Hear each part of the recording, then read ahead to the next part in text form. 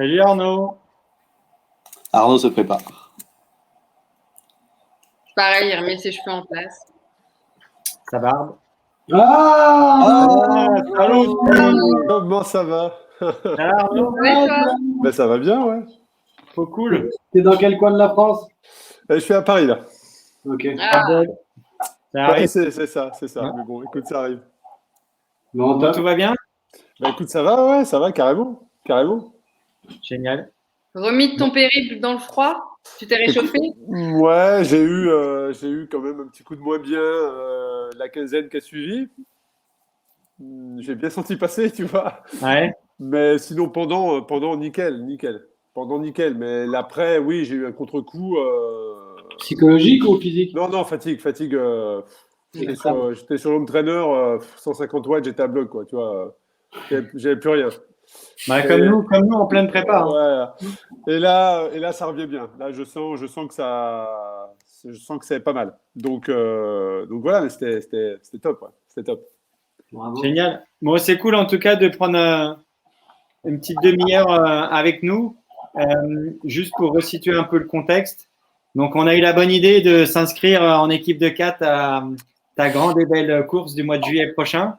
Et on voulait alimenter un peu la com autour de notre préparation.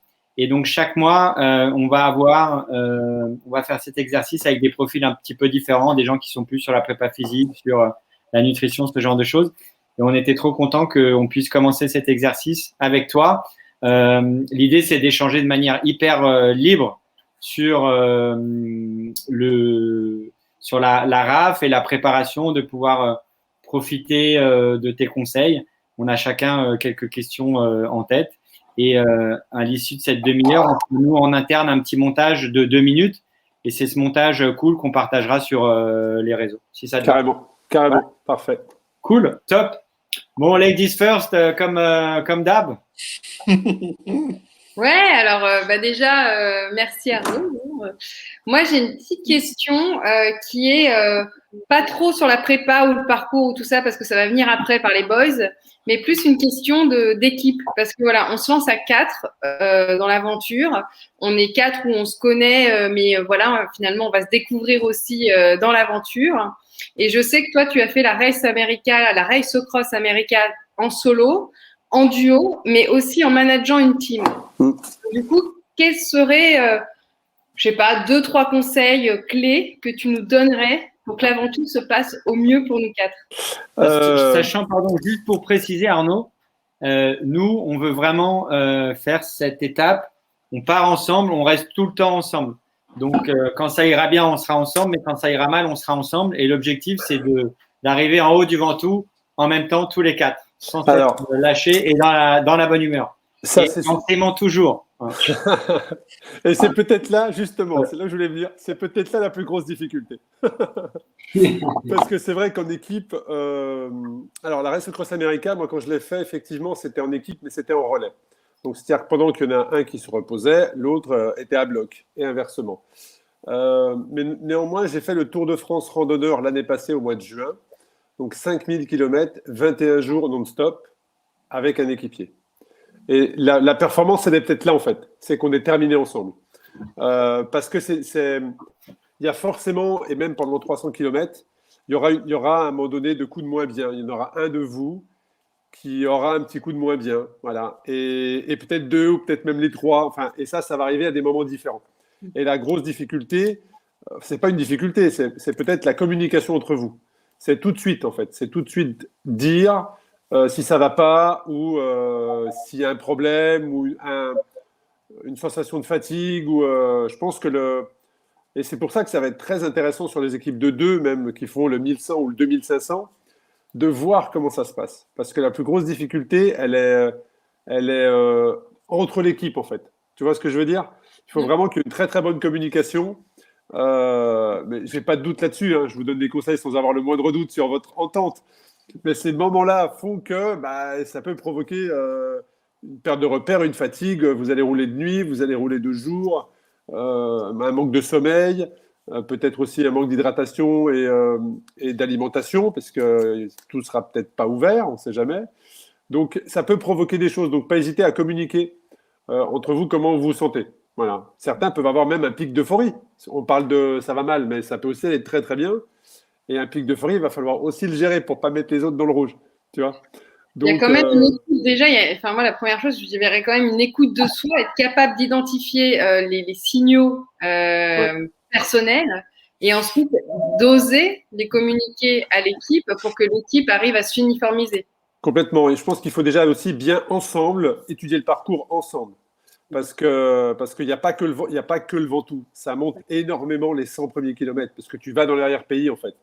Et beaucoup sont surpris. Parce qu'en gros, les 4 premières heures, tu ne fais que monter, en fait. Tu ne fais que monter. Alors, c'est magnifique, hein, c'est beau, mais c'est très difficile. Et il suffit que vous soyez sur une journée un peu de canicule, il va falloir gérer. Voilà. Et il suffit qu'il y ait aussi un vent du nord qui soit un vent de face quand vous allez remonter vers Carpentras. Il y a aussi ça à gérer. Voilà, c'est réfléchir à votre stratégie. Peut-être qu'il y en a un d'entre vous, ou peut-être deux, qui grimpent bien, peut-être que c'est eux qui vont faire le tempo de la première heure, tu vois. On a prévu Greg en locomotive pendant tout le trajet. Et inversement, peut-être que c'est les deux autres qui vont peut-être être un peu plus à l'avant dans la partie roulante. Mais voilà, je pense que la clé, c'est pas qu'il n'y ait qu'un d'entre vous qui étudie le parcours et qui le connaisse par cœur, c'est vraiment tous les 4 connaître le parcours. Parce qu'on ne sait pas ce qui peut y arriver. Hein, voilà. Et après, au pied du Ventoux, à la base de vie numéro 1, sachez qu'à partir de là, quand vous allez repartir, il vous reste 40 bornes. Voilà. 40 bornes. Donc, les meilleurs vont mettre 1h45 et c'est arrivé que ceux qui ont eu un peu plus de difficultés aient mis 3 heures. Donc, mais en tout cas, dans votre stratégie, quand vous repartez, il reste 40 bornes. Voilà, donc et après, c'est que du plaisir, parce que le Ventoux, c'est que du plaisir, on se comprend. On se comprend, mais après 300 bornes. Mais bon, généralement, voilà, en plus, il y a beaucoup de monde cette année, donc vous n'allez jamais être seul. Enfin, en tout cas, il y aura toujours du monde devant, derrière. Enfin, il y aura quand même. Ça sera des bons moments. Est-ce que, juste pour finir sur cette partie un peu stratégie le jour J, est-ce que même dans les ascensions, tu recommandes qu'on reste groupé en scalant sur le rythme du plus faible ou vaut mieux s'attendre en haut d'école si les conditions météo le permettent et que ça ne nous refroidisse pas ou qu'on ne se prenne pas un gros coup de chaud? Alors, ça, c'est une bonne question. Il y a 2 solutions. La première, c'est que ça peut être le deal dès le départ, c'est-à-dire, là, on sait que ça monte tant de kilomètres, chacun monte à son rythme et on s'attend. C'est une solution qui peut permettre d'éviter beaucoup de frustration en même temps pour celui qui se sent bien, tu vois. Mais en même temps, ça peut être bien parce que ça peut permettre aussi d'éviter de vouloir trop en faire. Pour celui qui se sent vraiment bien, il va rouler, il va arriver en haut. En même temps, il va attendre 5 minutes, 10 minutes ou plus. Et toute l'énergie qu'il a dépensée là, peut-être que c'est celle qui va lui manquer dans le Ventoux. Donc ça, c'est vraiment une décision à avoir. C'est même pas en équipe, à la limite, c'est très personnel. Voilà, moi, pour l'exemple, le Tour de France randonneur, au début, on essaie de rouler ensemble. Et puis, à un moment donné, on s'est dit, bon, voilà, en fait, chacun prend son rythme et on s'attend. Et même, on est même allé plus loin, parce que dans les Alpes, notamment, où là, on avait des étapes, même dans les Pyrénées, il y a des fois, on enchaînait 5 gros cols mythiques. Donc, autant dire que le dénivelé était dingue. À la fin de la journée, on avait 3 heures d'écart. T'imagines ? On avait 3 heures d'écart. Donc là, il y a 2 nuits où on n'a pas fait la pause au même endroit parce qu'il y avait trop d'écart. Par contre, celui qui était un peu plus en retard, il est parti un peu plus tôt le matin et on se retrouvait et on relançait notre journée ensemble. Donc, et c'est ce qui fait, ça a été, je pense, la clé qui fait qu'on ait fait ce Tour de France et qu'on ait fini ensemble, c'est qu'on a vraiment communiqué sur… tu vois, par exemple, Jean-Lin, il a eu beaucoup de mal à se mettre en route la première semaine, où je l'ai énormément attendu. Et à l'inverse, la dernière semaine, c'était un avion de chasse. Et moi, je souffrais énormément des pieds. Et donc, il m'a énormément attendu. Donc, c'est une grosse communication à avoir entre nous et à avoir entre vous. Et à partir de là, il n'y aura pas de souci. Mais l'attente, je pense que si chacun montera son rythme, ça peut être une bonne solution. Ça peut éviter beaucoup de frustration, et puis chacun va prendre son plaisir dans le paysage, dans des photos, dans attendre l'autre, ou aller au sommet et redescendre le chercher, enfin tout dépend. Mais ça aussi, il faut que ça soit clair entre vous.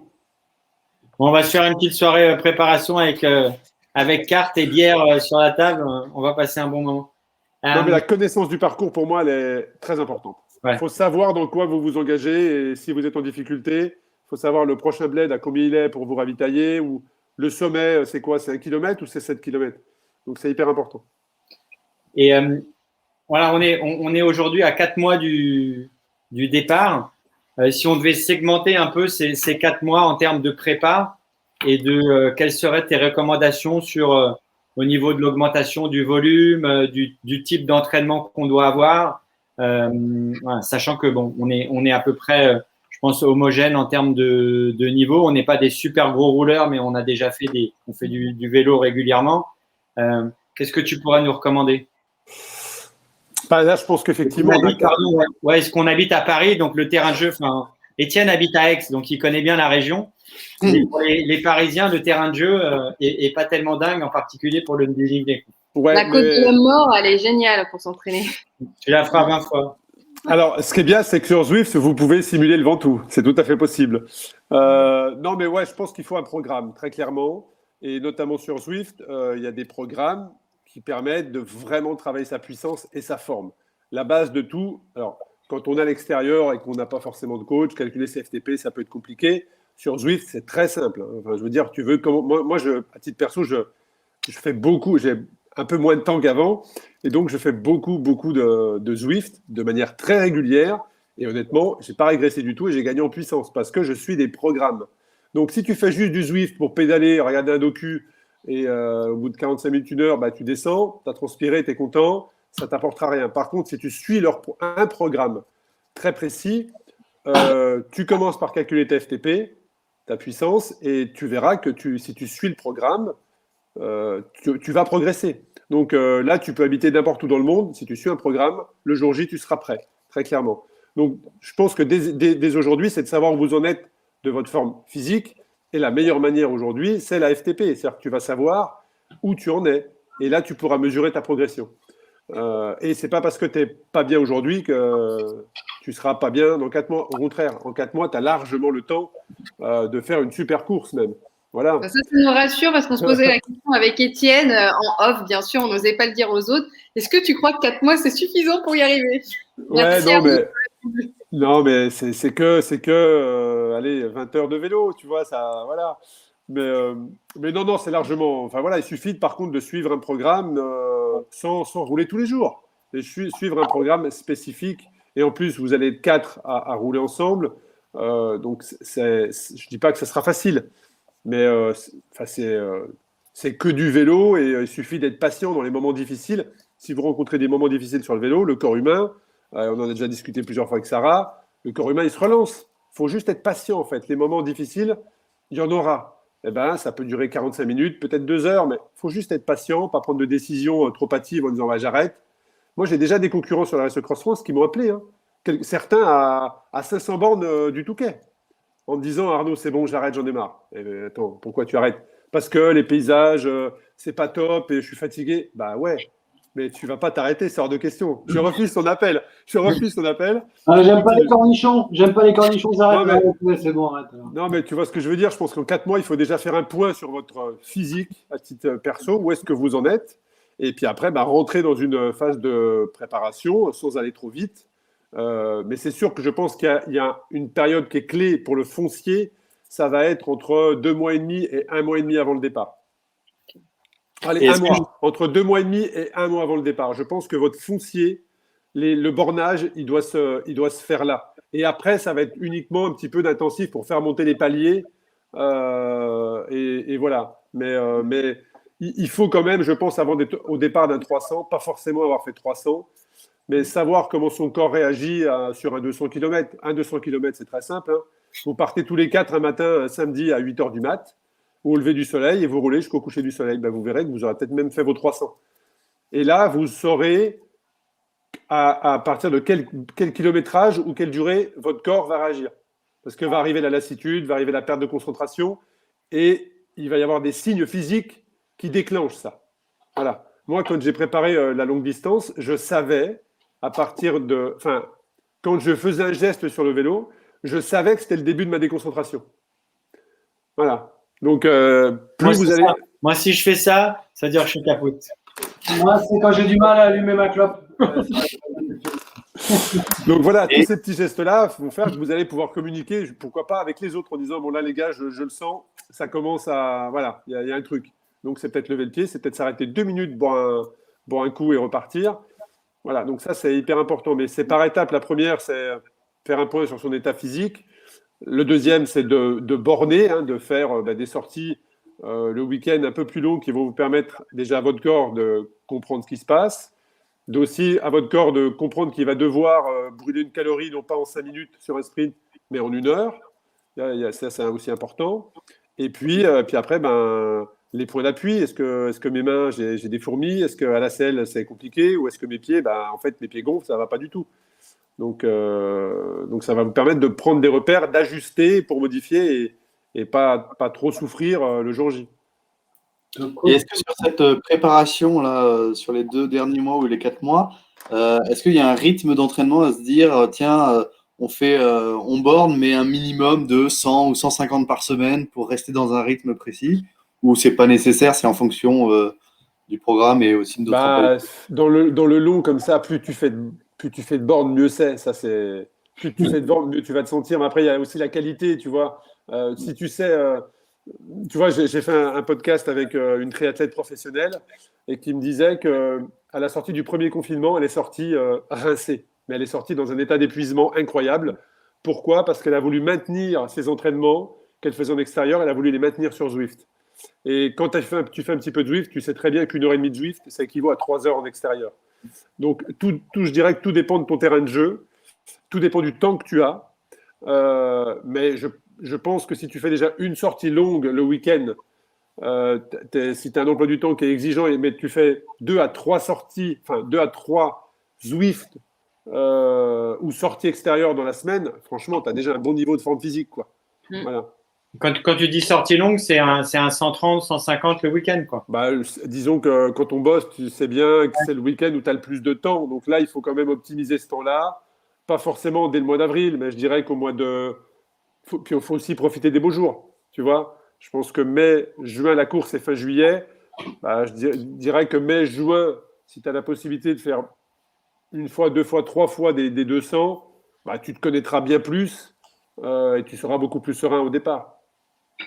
Mais si après, les personnes moi, tu vois, l'année passée, au départ, à l'arrivée au sommet du Mont Ventoux, je vois arriver au loin une fille et elle marchait. Elle marchait à côté de son vélo. Donc, je vais la voir, elle franchit la ligne de départ, la ligne d'arrivée, donc les larmes, elle était contente et tout. Et je lui dis, mais tu marches depuis combien de temps, en fait, dans le Ventoux? Elle marchait depuis le Chalet Reynard. Depuis le Chalet Reynard. Et je lui dis, mais tu avais déjà fait un ultra avant? Enfin, tu avais déjà fait 300 bornes? Non, en fait, j'avais fait 150 maximum. Et elle a terminé en 21h30, toute seule. Donc, tu vois, c'est pas. Sur un 300, il faut juste avoir un bon niveau de forme physique et une grosse volonté. Et après, quand tu n'es pas habitué, certes, tu vas découvrir que tes chaussures, en fait, elles sont trop petites. Donc, tu as mal aux pieds. Que ta selle, elle est mal positionnée, donc tu as des brûlures. En fait, ce n'est pas le sucre que tu tolères, mais c'est le salé. Donc, tu vas apprendre forcément des choses si tu ne l'as jamais fait, mais il faut être patient et garder en tête le sommet du Ventoux et toute la satisfaction que ça va t'apporter derrière, quoi. Et du coup, cette fille, elle revient, et cette année, elle est au départ du 500, tu vois. Donc, c'est drôle. Et là-dessus, raconte-nous un peu la vraie vérité, là. C'est quoi le dénivelé de cette épreuve?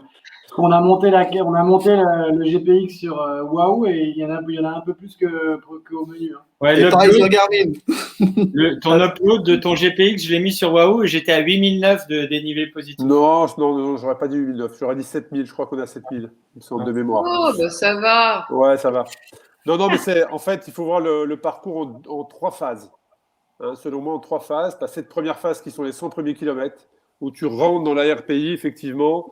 Et là, je te dis, ça. C'est dur, c'est dur. Il y a beaucoup se brûlent les ailes déjà dès le départ, hein, donc c'est dur. Donc il faut vraiment partir. Je crois que les premières rampes, de toute façon, au bout de 2 bornes, tu vas comprendre direct. Hein. Au bout de 2 bornes, boum, c'est parti. Donc là, il faut vraiment être patient et profiter du paysage. Voilà, en plus, vous allez partir un matin, donc 14 heures, tu nous fais partir à 14 heures. Ouais, je me souviens, c'est ce que j'ai dit. Je crois que les 300, c'est un peu plus tard. Donc, par contre, ça risque d'un peu tabasser. Tu vois, on est fin juillet. Voilà. Donc, bien penser à s'hydrater. Ça, c'est très, très important. Mais par contre, une fois que vous allez être sur ces 100 premiers kilomètres, derrière, alors, si tu regardes sur le GPX, tu as comme un faux plat descendant. Quand tu pédales, tu ne le ressens pas vraiment, ce faux plat descendant. C'est ce que je veux dire. Il va quand même falloir, tu vois, faire avancer ton vélo. Donc, il y a cette partie-là à gérer et le vent va être très important. Et après, une fois que tu arrives au pied du Ventoux, c'est la troisième phase où là, allez, il faut y aller, quoi. Tu vois, c'est la grande aventure. Mais bon, vous allez traverser, vous allez partir. Donc, si tu me dis 14 heures, ouais, donc vous allez arriver au Ventoux, en tout cas, le lever du jour, ça va être vers Gordes, je pense, dans ces eaux-là. Donc c'est magnifique, par contre ça va être magnifique. Donc c'est pas plus mal quelque part parce que toute la partie un peu faux plat descendant du parcours qui est pas forcément le plus joli, vous le verrez pas. Voilà, vous allez devoir vous concentrer sur votre progression, mais par contre il risque d'avoir un magnifique coucher de soleil, un superbe coucher de soleil à l'approche du Ventoux. On a hâte. Et moi j'ai encore plein de questions. Je sais pas si Étienne ou Sarah vous en avez ou. Moi, j'ai une petite question sur la gestion un petit peu du sommeil. Alors oui, on va pas dormir parce que 300 bornes, 20 heures à peu près d'effort, voilà, mais il y a quand même une question de pause et sans doute aussi peut-être de micro-sieste à faire, sachant qu'en plus on roule de nuit, donc en contre-rythme biologique. Qu'est-ce que tu conseilles? Parce que c'est court et en même temps, c'est quand même pas habituel. Ouais, et sachant qu'on est en équipe et que chacun a son propre rythme aussi de sommeil. Donc, et c'est pour ça qu'on a voulu effectivement sur ce 300 km, parce qu'effectivement, à 300 km, tu peux partir le matin à 8 heures et tu le fais dans la journée et ça n'a pas perturbé ton rythme. Et c'est pour ça qu'on veut qu'il y ait absolument cette nuit sur le vélo, même sur un 300, pour que les gens découvrent un peu ce que c'est cet univers. Alors avec de la chance, ça sera un beau ciel étoilé. Avec un peu moins de chance, le temps peut être un peu plus compliqué. Mais en tout cas, c'est toujours une aventure. Rien que rouler de nuit, c'est une aventure dans le 300. Tu vois ce que je veux dire? Après, il faut arriver reposé. Et logiquement, vous ne devriez pas avoir de soucis de sommeil avant peut-être 4-5 heures du mat, parce que ça va être l'euphorie d'être là. Vous savez que c'est un 300, les kilomètres vont défiler. Le moment dur peut être le lever du jour. Au lever du jour, on a toujours, dès que le soleil sort, cette petite un peu baisse de régime quand on a fait la nuit sur le vélo, justement. C'est toujours là une période de lutte avec soi-même pour faire partir un peu tous les démons qui te disent là il faut dormir. Et c'est là que vous avez la chance d'être à 4 parce que vous allez pouvoir vous soutenir. Mais je pense qu'il faut arriver frais, c'est-à-dire la semaine avant, pour ceux qui peuvent, pourquoi pas faire une petite micro-sieste en début d'après-midi, ou alors pour ceux qui ont cette possibilité ou préfèrent ça, aller se coucher plutôt tôt. Moi, je sais que j'arrive pas à me coucher très tôt et c'est compliqué pour moi. J'aime toujours travailler très tard, mais n'empêche que si tu vas te coucher tôt, tu emmagasines du repos. Donc, je dirais que avant une épreuve, la semaine avant l'épreuve, faut être focus sur ça. C'est se dire qu'il faut se reposer, dormir pour emmagasiner de l'énergie. Okay. Et petite dernière question concernant le matos. Qu'est-ce que tu recommandes en termes de vélo, de type de cadre, rigide ou pas, de roues, de hauteur de jante Alors là-dessus, je suis Ici à Juilly, en fait, sinon on fait un achat groupé de 4 nouveaux vélos. On est open. Je dis ça, mais il y en a qui n'ont qu'un vélo, donc le choix va être vite fait. Alors, en fait, il y a deux solutions, parce que tu sais, moi là-dessus, je ne suis pas du tout un bon exemple, parce que souvent, je ne suis pas beau, mais par contre, je suis très beau, tu vois. C'est-à-dire que je ne suis pas bon, mais par contre, j'ai un beau vélo. Tu vois. Donc là-dessus, moi, c'est vélo carbone, jante haute. Voilà. Après, je dirais que sur 300 km, il faut surtout que tu sois confortable sur ton vélo, en fait. Que ça soit un carbone, que ça soit des jantes. Tu sais, l'année passée, sur la Race Cross France, tous les vainqueurs des distances ont moins de 22 ans. Ce qui veut dire qu'ils sont arrivés sur cette épreuve sans aucun a priori des quadras, avec un vélo en acier, cadreur, machin, des jantes plates. Eux, ils sont arrivés avec un vélo carbone, des roues de 50, et ils ont explosé tous les temps. Donc, je dirais que c'est très c'est très personnel, mais il faut surtout rechercher le confort sur ton vélo. Que ça soit un carbone, que tu aies des jantes hautes, plates, c'est comment tu te sens toi sur ton vélo. Voilà. Et pas hésiter en cours d'aventure, si tu sens une douleur ou un pincement.